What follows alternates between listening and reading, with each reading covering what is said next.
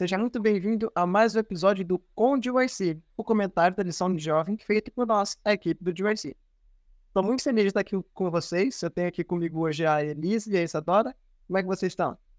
Oi, gente, tudo certo? Tô animada, hoje promete. Animada pra Vocês, tudo. Vamos lá. Vamos lá então. Então hoje a gente está fazendo o comentário da lição 5, a deserção da humanidade. Essa lição tem sido bem interessante. A gente tem estudado então sobre o grande conflito. Essa já é a nossa quinta lição. Se você ainda não assistiu os nossos vídeos anteriores, eu quero convidar você para pausar um pouquinho, assistir a nossa série desde o começo, porque vai fazer mais sentido para você se você começar assistindo alguma coisa do começo, né? Isso é óbvio, começa do começo. Então, quero convidar você, se você não assistiu ainda, pausa aqui, volta lá, assiste os primeiros, depois você volta aqui. Também quero já pedir para você dar um like, para você compartilhar com seus amigos, por coisa boa, a gente gosta de compartilhar, né? E vamos lá que a gente está bem animado e o nosso bate-papo de hoje promete bastante. Eu quero começar já lançando uma pergunta. E essa pergunta aqui está bem legal. Como se prevenir contra os ataques do inimigo? A nossa lição, ela vem falando sobre a deserção da humanidade, quando os seres humanos eles escolheram se afastar de Deus. Por quê? Porque eles foram atacados pelo inimigo e eles, como que eu posso dizer, eles sofreram uma baixa no ataque, digamos assim. Então, acho que essa é uma questão importante para a gente. Como hoje a gente pode se prevenir contra os ataques do inimigo? Eu acho, logo que eu penso em ataque, eu lembro de guerra e eu vou lá direcionada para Efésios, que fala sobre a armadura do cristão. Eu acho que isso é a chave para, acho que para todo esse trimestre tá sendo assim do que eu tô sentindo, né? Mas em especial em relação ao que o Matheus comentou, por que eu falei da armadura de Deus? Porque a palavra dele eu acho que é o ponto principal. A gente precisa estudar ela, não só aos sábados, tá bom? Só um parênteses, não só aos sábados. A gente tem que estudar a Bíblia e também se colocar no terreno onde Deus está presente. Porque até a irmã White comenta bastante sobre isso. Desculpa, eu tô olhando para o meu livro que eu vou falar. No Mensagens aos Jovens, novamente, eu tentei achar o capítulo que eu não achei. Mas aqui, ela fala de uma forma muito clara pra gente não se colocar aonde o inimigo tá. Porque às vezes são muitas tentações que a gente se submete sem necessidade, né? São coisas que a gente poderia estar se precavendo da vida sem, como é aqui o caso, né? Sem ter algum problema nesse sentido. Então, eu acho também que é interessante e muito importante ter uma vida de consagração, de oração a Deus. E também entender que ele realmente é, pra gente poder se pegar mais do que a palavra dele diz sobre ele, que a gente possa se fortalecer na fé com isso também. E lembrar de que, quanto mais a gente está com Deus, mais a gente é fortalecido, como assim fala em Filipenses 4:13, porque todas as coisas nós podemos naquele que nos fortalece. Então, como que eu vou me prevenir? Me fortalecendo em Deus, né? E tendo isso, eu acho que são boas, assim, ferramentas de uma forma mais prática, né, para a gente ter. Então, estudar a Bíblia, a gente ter momentos diários com Deus de estudo da palavra, de oração, de momentos de entrega também, e não se colocar na zona que não tem necessidade de se colocar, né? Que às vezes a gente vai procurar BO pra gente adquirir pra gente. E eu acho que não tem necessidade nesse sentido. E lembrar de que é Deus que fortalece a gente nessa batalha também. Antes de passar para vocês, eu li aqui dentro do que a Elisa comentou, achei interessante. Resolvi ler aqui para a gente, Efésios 6, do 10 ao 20. Fala lá sobre a armadura do cristão, né? No demais, irmãos meus, fortalecei-vos no Senhor e na força do seu poder. Já começa matando a pergunta, né? Então, como é que a gente vai se prevenir contra os ataques do inimigo? Primeira coisa, se fortalecendo na força do Senhor e no poder dele. E ele segue dizendo, a partir do verso 11, revesti-vos de toda a armadura de Deus, para que possais estar firmes contra as astutas ciladas do diabo. Porque não temos que lutar contra a carne e o sangue, mas sim contra os principados, contra as potestades, contra os príncipes das trevas deste século, contra as hostes espirituais da maldade nos lugares celestiais. Uma pausa aqui para comentar o verso 11, né? Revesti-vos de toda a armadura de Deus, para que possais estar firmes contra as astutas ciladas do diabo. Interessante que aqui já fala, né? É uma cilada astuta. Parece, de certa forma, pleonasmo, né? Porque se é uma cilada, tem que ser astuta. Se for assim marcado, não é uma cilada. Aí não é uma armadilha. É simples. Mas não, aqui já fala, para que possais estar firmes contra as astutas ciladas do diabo. Verso 13 aqui. Portanto, tomai toda a armadura de Deus, para que possais resistir no dia mau. e havendo feito tudo, ficai firmes. Estai, pois, firmes, tendo cingidos os vossos lombos com a verdade, e vestido a couraça da justiça, e calçados os pés na preparação do evangelho da paz, tomando, sobretudo, o escudo da fé, com o qual podereis apagar todos os dados inflamados do maligno. Tomai também o capacete da salvação e a espada do Espírito, que é a palavra de Deus, orando em todo o tempo, com toda oração e súplica no Espírito, e vigiando nisto com toda perseverança e súplica por todos os santos. E por mim, para que me seja dado no abrir da minha boca a palavra de confiança, para fazer notório o ministério do Evangelho, e no qual sou um embaixador em cadeias, para que possa falar dele livremente, como me convém falar. Então aqui já apresentou um kit completo. E eu acho interessante, eu vou comentar aqui mais um pouquinho só sobre a oração. A gente até gravou um vídeo, lembra, Elisa? Eu gravei um vídeo com o pessoal da sua igreja, a gente falando sobre oração. Eu contei uma história que eu acho muito legal. Eu conto aqui de novo? Ou... Pode falar, o pessoal não conhece, então manda bala aí que o nosso contador de histórias é bom. Você tem a foto aí? Eu te mando a foto de novo. Manda, por favor. Tá, vou conseguir a foto aqui pra você. Então, eu tava... Vou contar a mesma história que eu já contei. Você pode assistir lá o vídeo da testemunho, depoimento que a gente gravou, né? Deixa na descrição. Beleza, bom, a gente deixa na descrição o link. Então, eu tava indo para Campo Grande fazer uma prova, eu moro perto de Campo Grande, numa fazenda. Eu tava indo para Campo Grande fazer uma prova. E aí eu tava lendo um livro com a minha Cris, que é fantástico, vou deixar aqui já de recomendação. E lá fala bastante sobre o caminho a Cristo, sobre tudo aquilo que a gente precisa para a gente verdadeiramente chegar ao pé de Cristo. E lá eu vi uma coisa interessante falando sobre oração. O quão pouco a gente ora. E eu fiquei pensando assim, poxa, eu preciso colocar isso aqui em prática mais vezes, né? E aí, beleza, eu tinha uma prova no domingo de manhã para fazer, mas como eu moro na fazenda, eu preferi sair no sábado à noite, para correr risco de eu chegar atrasado e perder a prova.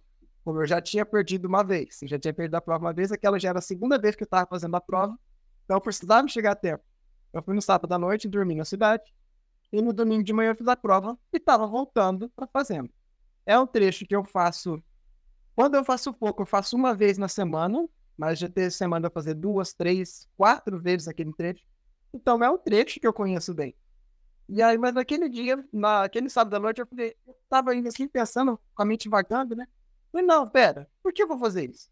Eu lembrei do texto que eu tinha lido no Caminho a Cristo. Eu falei, não, eu tenho um acompanhante divino aqui. Eu posso conversar com ele.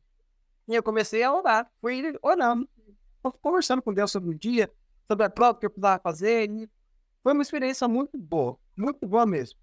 E aí eu fui até a cidade, dormi lá, no outro dia fiz a prova tranquilamente. E aí eu tava voltando. E aí, enquanto eu tava voltando, eu olhei pro retrovisor e eu vi uma coisa estranha, parece que tava voando uns pedaços debaixo do carro, de uns pedacinhos pretos, assim, de algum material que eu não sabia o que era. Eu, que esquisito. Aí eu encostei o carro e eu desci pro olhar. E aí, quando eu desci pro olhar, a Elisa tá colocando a foto aí pra gente, ela que sobrou do pneu do carro. O pneu do carro estourou, eu tava numa rodovia, a uns, vamos lá, uns 90, 100 por hora, e o pneu traseiro do carro simplesmente estourou. E, tipo, a Elisa vai colocar a foto aí pra gente, vocês vão ver o que sobrou do pneu. E eu falei assim, uau, Deus me protegeu. E aí eu encostei o carro e eu falei, agora preciso trocar esse pneu. Só que aí tinha chovido na noite anterior, então lá tava muita lama, eu precisei parar o carro fora da rodovia. Essas são as fotos do que sobrou do pneu. Acabou com a lateral do pneu. Esse pneu não teve conserto, né? Teve que trocar, comprar outro pneu. E aí eu encostei o carro à margem da rodovia e era lama.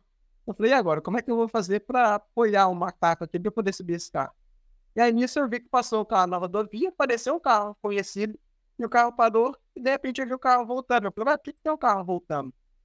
E aí, quando eu fui ver, realmente era um conhecido, que mora lá, vizinho da fazenda. E aí ele falou, o que aconteceu aí? Tá tudo bem? Tá tudo comigo, tá tudo bem, só o pneu que não. Eu falei, não, a gente dá um jeito nisso rapidinho. E ele tinha tocos de madeira no carro, eu pude usar aqueles tocos para calçar o carro. Foi 15 minutos, no máximo eu tava com o pneu trocado, e eu pude seguir viagem. E aí depois eu fiquei pensando, que bênção que eu estava orando. Naquela hora eu estava orando. Por quê? Como eu tô acostumado a fazer aquele trecho, eu faço, como eu disse, às vezes 2, 3, 4 vezes na semana, é algo que para mim é tranquilo fazer aquele trecho, é natural. E a certeza que eu tenho que se eu não estivesse orando, eu não teria atribuído a glória da proteção, não teria considerado isso um milagre, não teria atribuído isso a Deus. Eu teria falado, não, ainda bem, né, que eu estava prestando atenção, que eu consegui ver, né, consegui evitar acidente. Mas pela graça de Deus, naquela hora eu estava orando. E isso me ajudou a atribuir a glória a Deus. Reconheci que não, é Ele que protege. Isso é um pequeno exemplo, uma história que eu lembrei aqui agora, de como a armadura de Deus realmente funciona. E se você for pensar aí na sua vida, certamente você vai lembrar de alguma história. Bom, se você for contador de história como eu, né? Certamente você vai lembrar de alguma história em que você experimentou na prática usar a armadura de Deus contra algum ataque do inimigo. E ela funcionou muito bem. Eu quero até desafiar. Fiquei curioso agora. Conta aí nos comentários pra gente. Se você lembrar de alguma história assim, deixa nos comentários que eu quero ler. Eu gosto de não só de contar a história, mas de ouvir e ler histórias também. Deixa aí nos comentários. E aí, Isa, o que você tem a dizer sobre isso? Como se prevenir contra os ataques inimigos? Então, Matheus, você falou sobre a oração e eu queria frisar um pouquinho a questão da espada da palavra de Deus, né, na armadura. Porque a gente sabe que Eva e Adão, eles foram enganados pela serpente, mas porque eles duvidaram da palavra de Deus. Esse foi o pecado deles. Não foi porque o pecado deles não foi acreditar na mentira do inimigo, mas duvidar da palavra de Deus.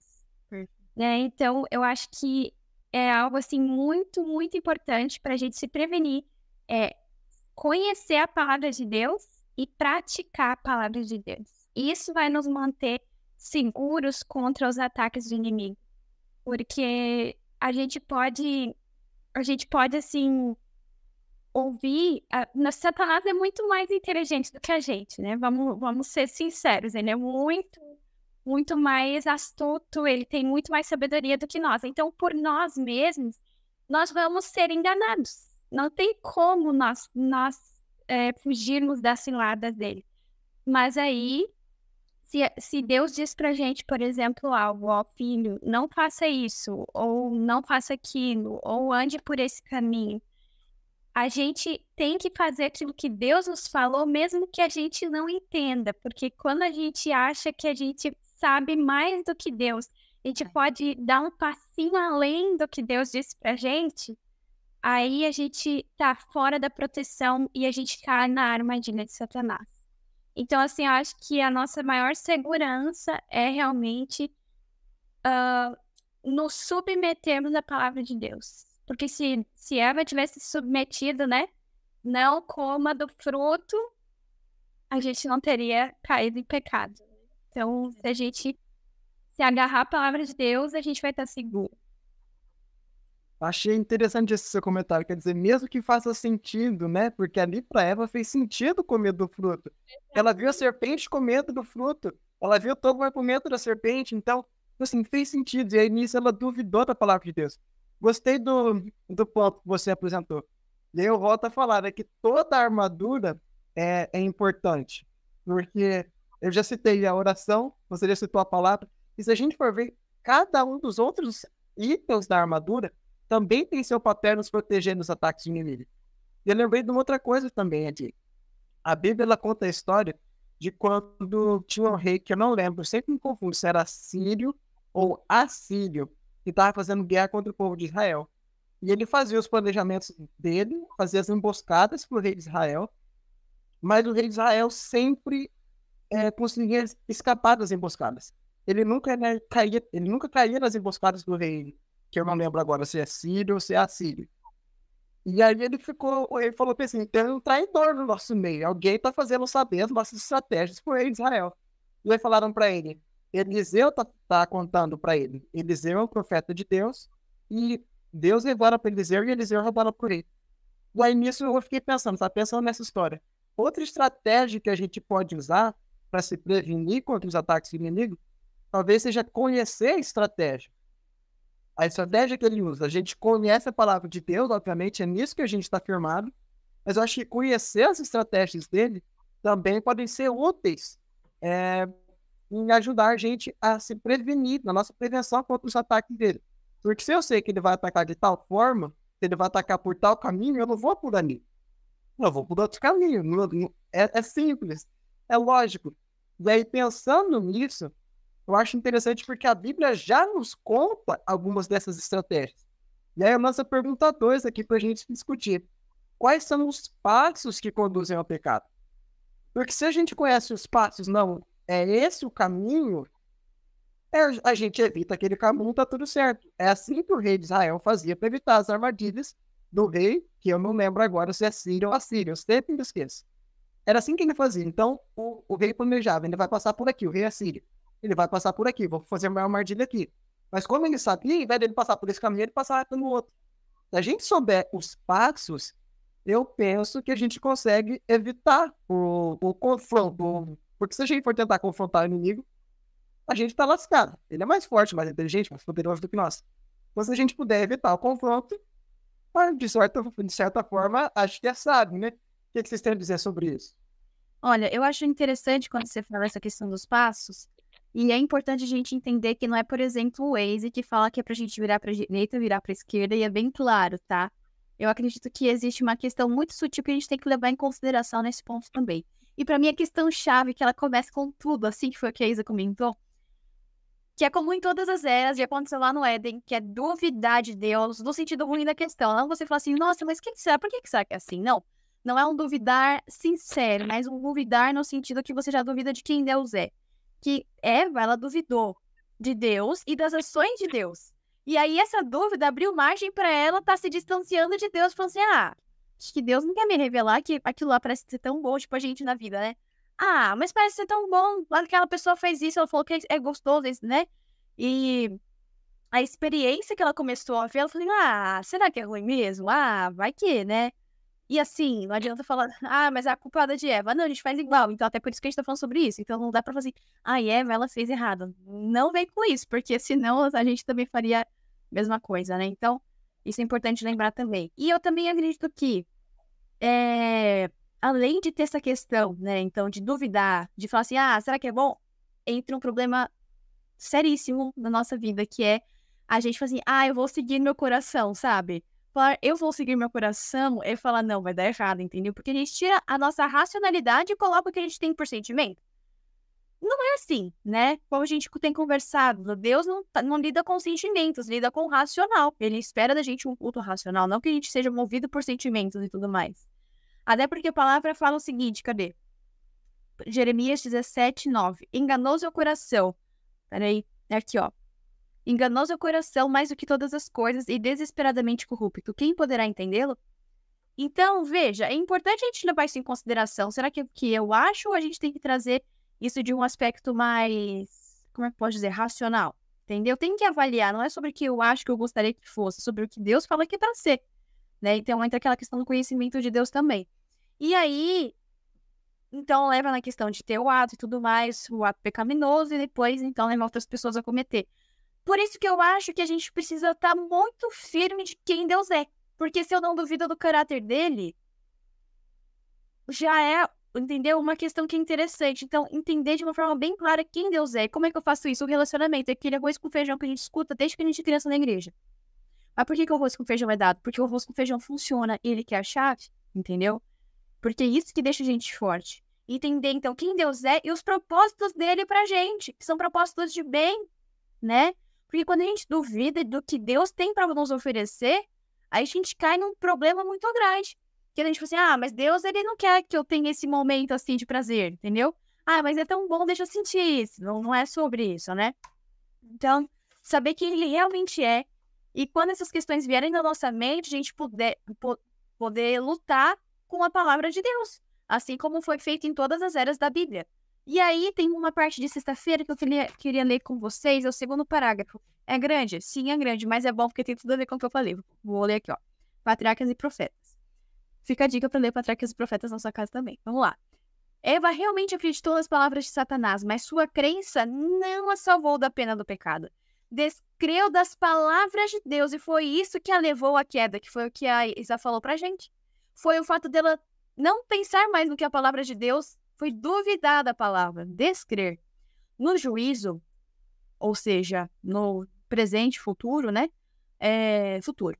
Os homens não serão condenados porque creram sinceramente na mentira, mas porque não acreditaram na verdade, porque negligenciaram a oportunidade de aprender o que é verdade. Apesar de o engano de Satanás indicar o contrário, é sempre desastroso desobedecer a Deus. Devemos aplicar o coração a conhecer o que é a verdade. Todas as lições que Deus fez com que fossem registradas em sua palavra são para nossa advertência e instrução. São dadas para nos salvar do engano. Negligenciar essas lições resultará em ruína a nós mesmos. Podemos ter certeza de que tudo que contradiga a palavra de Deus procede de Satanás. Então, achei bem interessante que resumiu bem, mas acho que o exemplo, assim, clássico, que é clássico porque é sempre isso, e também é o maior de todos, é o que aconteceu com Éden. Isso não é diferente pra gente hoje, né? Muitos dos enganos, a questão da espiritualidade, também surge tudo lá, entendeu? Não é só sobre isso. Agora eu viajei, fui pelo universo, tá? Desculpa. Mas, entendeu? Tudo surge desse momento, e a palavra de Deus ela é a maior arma pra gente lidar com isso. Então, acho que é isso. Eu acho importante a gente lembrar que o pecado, ele pode ser, às vezes, não premeditado, né? Às vezes a gente peca sem planejar, porque a gente está ali no impulso, no momento, porque é algo que está em nós, né? E a gente pratica, mas também tem o pecado premeditado, aquele que eu estou alimentando no meu coração, que aos poucos eu vou permitindo que ele cresça, né, dentro de mim. Então, a gente precisa, eu acho que para a primeira questão daquele pecado que não é premeditado, que é um pecado que a gente comete impulsivamente, a gente precisa, quando a gente começa a se afastar de Jesus, por exemplo, dos nossos momentos com Deus, da nossa comunhão com Ele, dos nossos momentos de oração, a nossa natureza carnal, ela se torna mais aflorada, ela se torna mais forte.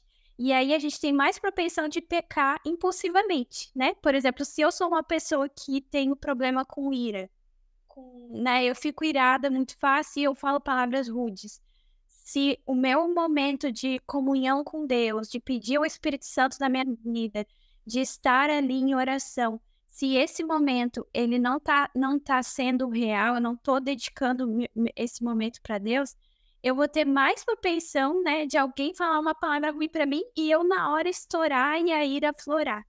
Então, assim, esse é um ponto. Agora, quando se trata do pecado premeditado, né, que foi no caso de Eva, que foi um pecado que ela teve tempo de escolher, ela se colocou no caminho do pecado, então a gente tem que ter mais cuidado, porque a gente pode evitar botar o pé, porque uma vez que a gente coloca o pé naquele caminho, é mais fácil a gente dar o segundo passo, né? Então, por exemplo, se eu sei que eu gosto eu gosto de assistir filmes que não são filmes que edificam a minha vida. Então, por que que eu vou estar abrindo as páginas de filmes no meu computador? Eu não preciso passar tanto tempo na frente do computador. Eu posso sair e fazer uma outra coisa que vai me livrar de cair naquele pecado, né? Então, existem coisas, claro que tem pessoas que falam sobre técnicas, sobre coisas, mas eu acho que assim, a coisa mais importante que a gente tem que fazer é, como a Elisa já falou, manter a palavra de Deus viva dentro do nosso coração. Porque, gente, foi assim que Jesus venceu a tentação, né? Foi isso que livrou ele de pecar. E é isso que vai livrar a gente também, né? Está escrito. Então, eu digo por experiência própria,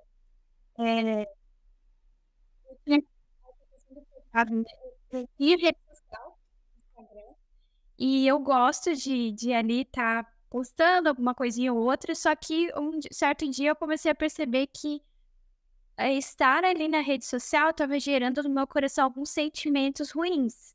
Alguns sentimentos pecaminosos, por exemplo, inveja, alguns sentimentos de comparação com a vida de outras pessoas. E aí o Espírito Santo falou comigo, olha, sai daí, porque se você ficar aí, você vai ficar alimentando esse sentimento e isso vai te levar ao pecado, né? Então aí vai da minha pessoa ouvir a voz do Espírito Santo ou negar ela, ou fechar os meus ouvidos para ela.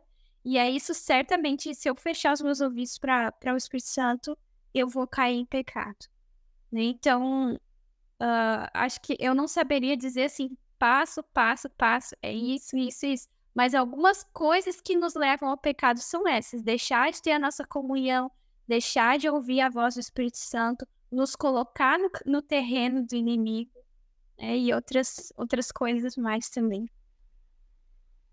Eu acho interessante, tem nada assim acontece por acaso.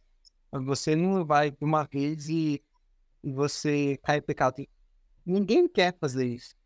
Mas por que eu trouxe nessa pergunta a questão dos passos? Eu acho interessante que a Bíblia aborda isso de uma certa forma. Queria ler com vocês Tiago, capítulo 1, versículo 15. Eu estou lendo aqui, então, Tiago 1:15 diz assim: então a cobiça, tendo engravidado, dá à luz o pecado. E o pecado, após ter se consumado, gera a morte. Eu não vou saber dizer qual é o texto do Espírito de Profecia, mas uma vez um amigo me apresentou um texto que mostra assim, que Satanás ele sugere pensamentos para a gente. Mas se ele sugeriu aquele pensamento não é meu. Aquele pensamento é dele. Aquele pensamento vai passar a ser meu se eu me demorar naquilo. Se eu começar a considerar aquilo, sabe? Não, ia ser legal fazer isso mesmo. Ou ia ser bom, hein? Eu acho que isso aqui ia resolver meu problema. Não, se eu fizesse isso aqui ia ser legal. Aí aquele pensamento passa a ser meu. Por quê? Porque eu escolhi pensar naquilo. Mas se quando me vem aquele pensamento maligno, eu repreendo ele em nome de Jesus, aquele pensamento vai embora e aquilo não vai manchar meu registro, aquilo não passa a ser meu. E onde que isso entra? Entra aqui na cobiça. Então, a lição ela apresenta um quadrinho, né? Mas eu não vou citar o quadro da lição, vai ficar para você estudar, tá bom? Vai ficar para você estudar aí na sua casa. Mas eu achei interessante esse quadro que a lição apresenta, essa tabela, né? Que vai mostrando assim os passos. Eu achei muito legal. E eu lembrei desse texto bíblico. Então, a cobiça tendo engravidado da luz ao pecado. Por quê? Porque aquele pensamento, nesse caso desse exemplo que eu dei, né? Ele veio à sua cabeça, em vez de você repreender logo, você pedir clamar socorro a Jesus, você fica considerando, não, isso seria legal, isso seria bom. E aí isso entra nisso que vocês falaram, né? Duvidar da palavra de Deus, duvidar que Deus sabe o que é melhor pra gente, que ele pediu pra gente fazer o que ele pediu, não por arbitrariedade, mas porque ele nos conhece, porque ele sabe o fim desde o princípio, porque ele quer o nosso melhor. E aí, às vezes, por duvidar disso, ou talvez por não ter tido um bom momento de comunhão, como a Isa falou, não estar com a mente clara para discernir a voz do Espírito Santo falando, meu filho, não faça isso. A gente vai e guarda esse pensamento do mal. A gente cobiça nisso. E aí vem o pecado, e aí o verso segue dizendo, né? A cobiça, tendo engravidado, dá luz ao pecado. E o pecado, após ter se consumado, gera a morte. Porque o salário da morte... Perdão, o salário do pecado é a morte. E o salário da morte é o pecado. O salário do pecado é a morte. A Bíblia já falava. Então eu lembrei desse texto do Espírito de Profecia. Eu lembrei também agora de um outro texto bíblico, que eu não me lembro de cabeça onde se encontra. Mas que Jesus fala assim, portanto, sujeitai-vos a Deus. Existir o diabo, e ele fugirá de vós. Se quando ele sugere pensamento, a gente corta o mal pela raiz, como a gente já falou aqui, evitar dar o primeiro passo, a gente não vai pecar. E o Espírito de Profecia falou isso. Se eu não adotar aquele pensamento para mim, se eu não pegar aquele pensamento para mim, ele não mancha o meu registro, ele não é meu, ele é um pensamento que Satanás me sugeriu. Mas eu também posso daquilo. Isso eu achei muito legal. Eu acho que também, desculpa, entra uma questão que é muito assim, um precipício e a gente tá andando perto. A gente vai, tem um precipício, a gente tá andando na vida e tal, aparece precipício. Você vai andar perto ou você vai andar com uma mega de uma distância? Eu acho que é muito disso também, né? Da gente, assim, olha, com as pessoas X acontece esse tipo de coisa. Então, o que você vai fazer? Você vai fazer igual pra dar errado também? Não. Pode testar, né? Se com você vai ser diferente. E a mãe costumava falar bem assim, você não é o bonzão, meu filho. E você não é o bonzão. Ainda mais se você está no mundo espiritual, se o outro já for para esse caminho errado, o que você vai tentar? Não seja bobo. Exatamente, entra aquela história, né? Você aprende aprender com a vida dos outros é sabedoria. Você aprender com a sua é parabéns, mas com a dos outros é sabedoria, né? Então, eu acho que é muito dessa questão. Se tem essa questão de, enfim, alguma situação, se você pode não chegar nem perto disso acontecer, melhor. Isso não é questão de você ser chatão, ou aquele cara chato do rolê. Não, é questão de você ser o cara que tem sabedoria do rolê, entendeu? Então, você vê como as coisas mudam. Então, acho importante também da gente pensar assim, porque quando a gente vê, não parece que é um precipício, entendeu? Parece que é tipo uma piscina de bolinha, que você vai, que todo mundo se diverte, bem tranquilo, mas na verdade, embaixo da piscina de bolinha, que aparenta ser um precipício, né? É uma água super profunda e tudo mais, é um mar que vai te afogar. Então, eu acho que é importante, foi super viajada essa analogia, mas todo mundo entendeu o que eu entendi, que eu usei. Mas eu acho que é bem isso, sabe? Da gente não só para essa questão, mas a gente pensar, não até onde eu posso ir, mas até onde eu posso ficar para ficar seguro, entendeu? Não é sobre até onde ir, mas até que ponto é seguro eu ficar, né? Nesse sentido. Acho que essa questão, Elisa, até a arrogância da nossa parte, É verdade. achar que a gente pode estar, de alguma forma, chegar perto do pecado e não cair, né? Quanto mais, na verdade, a gente se conhece, mais perto de Jesus a gente está, mais a gente vê que a gente precisa dele, que a gente não tem poder nenhum para vencer o pecado sozinho, né? Eu acho assim, quando a gente ignora o estudo da palavra de Deus, a gente está sendo presunçoso e arrogante. Porque assim, a única coisa, eu vou ter a falar disso, né? Mas a única coisa que nos dá poder é real. É real. A única coisa que nos dá poder para vencer o pecado é a gente ter a palavra de Deus na nossa mente. Porque, não sei se já aconteceu com vocês, mas alguma vez, assim, vim a tentação de uma maneira muito forte e vocês têm a palavra de Deus na mente. Isso é muito poderoso. Isso é muito poderoso. Por isso que a gente tem as instruções para a gente memorizar a palavra de Deus, né? Exato. E tem cursos, aí tem música, tem jeitos aí de memorizar. Mas é muito importante, porque é para isso que tá a palavra de Deus. Nesse momento, a gente pegar o poder da palavra de Deus e usar para nos defender do inimigo, para nos defender do pecado. Acho que isso é fenomenal. Se a gente experimentasse mais esse poder, a gente ia viver uma vida espiritual mais plena e mais real. Amém. Acho interessante, não sei onde vocês moram, mas aqui na minha terra a gente costuma falar assim, eu estou no Mato Grosso, e aqui a gente costuma falar assim, mente desocupada é oficina do diabo. Já conheceu esse ditado? Mente desocupada é oficina do diabo. Se a gente enche a nossa mente com a palavra de Deus, a gente vai estar dando um grande passo, né, para evitar os passos que conduzem ao pecado. E dentro disso que você falou, Elisa, eu lembrei de uma história que eu vi uma vez, lá vou eu história de novo, gente, não sei que um empresário, um homem seria um empresário, não era um rei, ele estava querendo contratar um motorista. E aí ele chamou o motorista, fez um concurso, né, juntou lá várias pessoas, seus candidatos. E aí, quem que não queria ser um motorista de altos salários, altas posições, tipo assim, tá no meio da nobreza, né? Quem não quer? E aí muita gente foi lá. E aí o rei foi e falou bem assim, o rei, o empresário, não lembro bem, mas ele falou bem assim, eu tô contratando um motorista. E eu vou fazer um teste. O teste, eu quero saber, tem um precipício. A que distância você vai passar com o carro do precipício? Aí eu falei assim, rei, eu sou bom, hein? Eu garanto que eu passo a 1 metro do precipício. Ele falou, bom, gostei de mim. Próximo.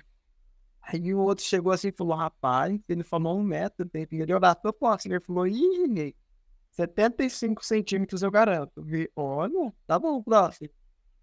50. Se eu passo a 50 centímetros do precipício, eu garanto. Próximo. 25. Acho que o senhor não vai achar menor do que isso, hein? O senhor vai achar alguém mais habilidoso que eu. Eu garanto que eu passo 25 centímetros no precipício e eu não caio. Eu falei, muito bem, e o próximo? Aí o outro ele chegou meio acanhado, né, meio tímido. Olha, ele tava até querendo ir embora, mas ele falou, não, vem cá, mas você não veio aqui pra você tentar? Olha, é que assim, eu não sou tão corajoso igual os meus colegas anteriores. Para mim, eu tentaria manter a maior distância possível. do precipício. Essa é bem a verdade. Ele falou muito bem, tá contratado. É você que eu quero. Eu não quero arriscar minha vida de graça. É você que eu quero. Quero a prudência. Ele que passa mais longe do precipício. E isso é sabedoria. Se eu sei que tal caminho vai me conduzir para o mal, por que eu vou? Não, eu vou ver até onde eu consigo ir sem cair. Isso não é sabedoria, Gil. Isso é burrice. É burrice. A gente tem que... E nisso eu volto a falar, se a gente encher a nossa mente com a palavra de Deus, vai ser um grande passo para trás, no sentido do caminho que conduz ao pecado, sabe? Tá indo aqui. Vai ser um grande passo para trás, evitando cair lá. Isso é sabedoria, isso é poder. E por falar em poder, vamos lá para o nosso quadro, o Dica de UIC. A gente vai falar sobre poder nele. Roda a vinheta, por favor.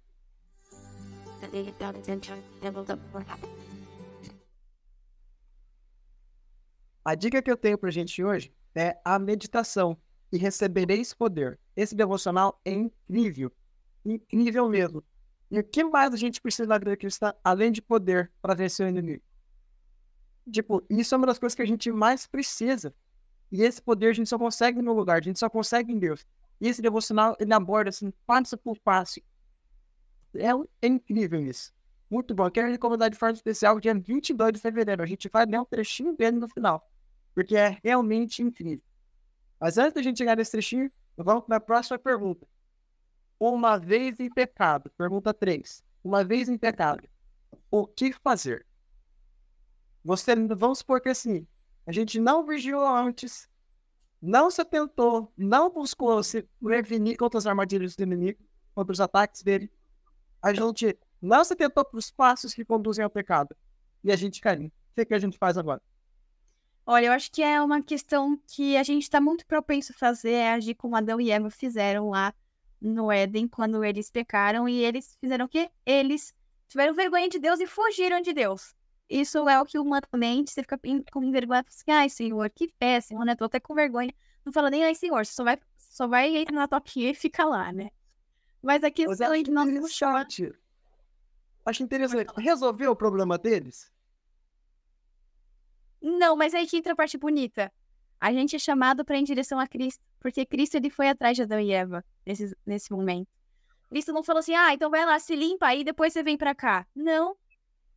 Deus não foi Cristo, enfim, Deus assim, não vem quando a gente tá errando e fala assim, se você vier a mim, eu vou te falar, Mateus errou aqui, você errou aqui, Thaís, você errou aqui, Elise. Ele não vem assim pra gente. Na verdade, ele fala assim, venha até mim, porque eu vou te dar salvação, eu vou te dar liberdade para você não ser mais escravo desse pecado.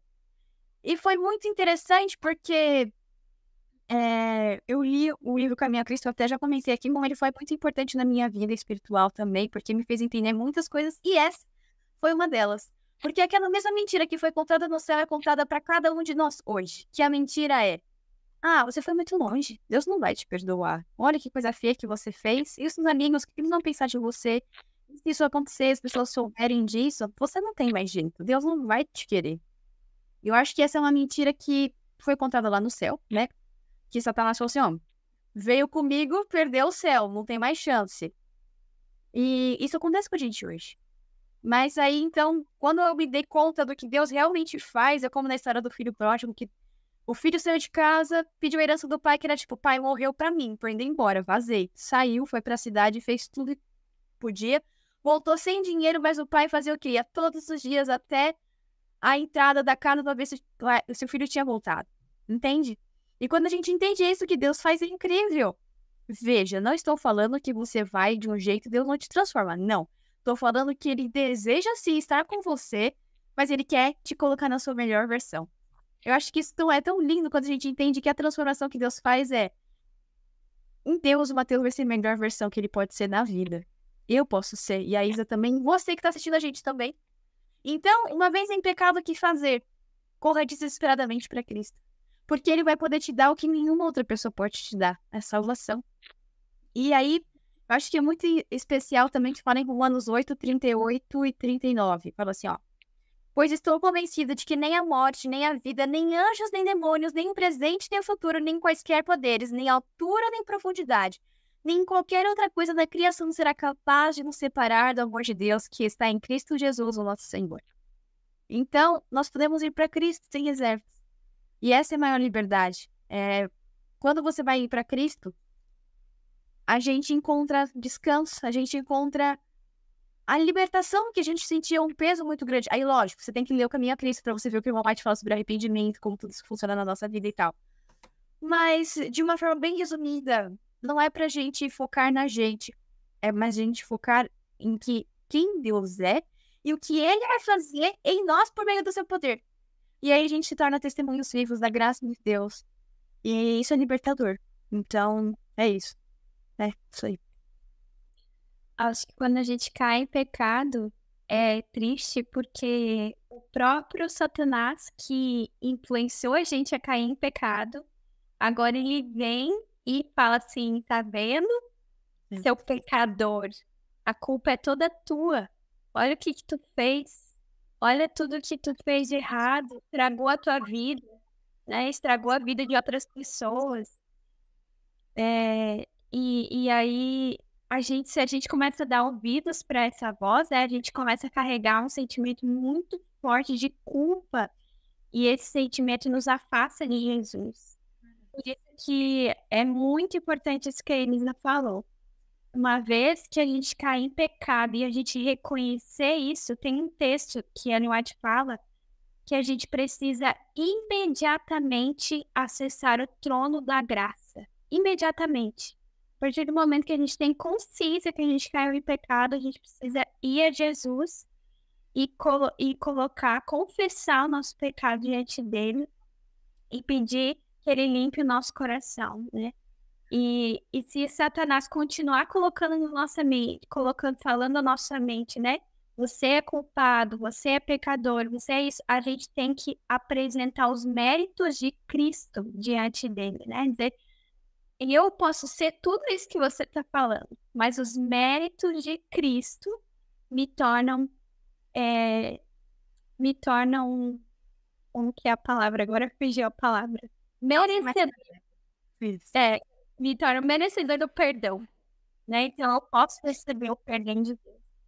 E a gente se agarrar e começar a agir como perdoado, não ficar relembrando aquilo lá, né? Porque a gente tem mania de ficar se apegando aquilo lá no passado. Não, Jesus me libertou do pecado, agora eu não sou mais pecador, eu sou um vitorioso. Eu não sou mais escravo do pecado, mas eu sou liberto em Cristo Jesus. Então, tem uma frase aqui no Caminho a Cristo, que a Elisa estava falando, né? Que diz aqui que os méritos do sacrifício de Jesus são completamente suficientes para que ele se apresente diante do Pai em nosso lugar. E aqui algo interessante e muito bonito no finalzinho desse capítulo, fala que aqueles que foram mais perdoados durante a vida aqui na Terra vão ser os que mais pertinho vão estar do trono de Deus lá no céu. Porque mais vão amá-lo e reconhecer o que ele fez na vida deles. Né? Então, assim, não pense que o pecado que você cometeu na sua vida, não tem perdão. Porque ninguém foi tão longe que não possa voltar, né? Aquela frase de novo que eu já falei aqui. Não importa quão longe você tenha ido, o caminho de volta é só um passo. Só um passo para voltar para Jesus. Olha, parece que vocês leram esse que eu tinha deixado agora pro final, né? Vocês adiantaram. É muito ironia, né? É sobre, né? O texto aqui, assim. Logo que cometeis algum pecado, você deve correr para o trono da graça e contar tudo a Jesus. Você deve estar cheio de tristeza pelo pecado. Porque em pecado você enfraqueceu sua própria espiritualidade. Você entristeceu os entes celestiais e você feriu e magoou o amoroso coração do seu Redentor. Quando, com a alma contrita, você pede perdão a Jesus, creia que ele te perdoou. Não duvideis de sua misericórdia divina e nem recuse o conforto de ser filho do amor. E aqui tu faz um apelo, sabe? Se seu filhinho desobedecesse e fizesse algum mal contra você e com o coração quebrantado viesse te pedir perdão, você sabe o que você iria fazer. Você sabe o quão depressa você iria aconchegar o seu filhinho ao seu peito. E você iria assegurar ele que o seu amor não tinha sido alterado. O seu amor por ele não tinha sido alterado. E que as suas transgressões estavam perdoadas. Você é mais compassivo do que o seu misericordioso Pai Celestial, o qual amou ao mundo de tal maneira que deu seu Filho unigênito, para que todo o que nele crê não pereça, mas tenha vida eterna?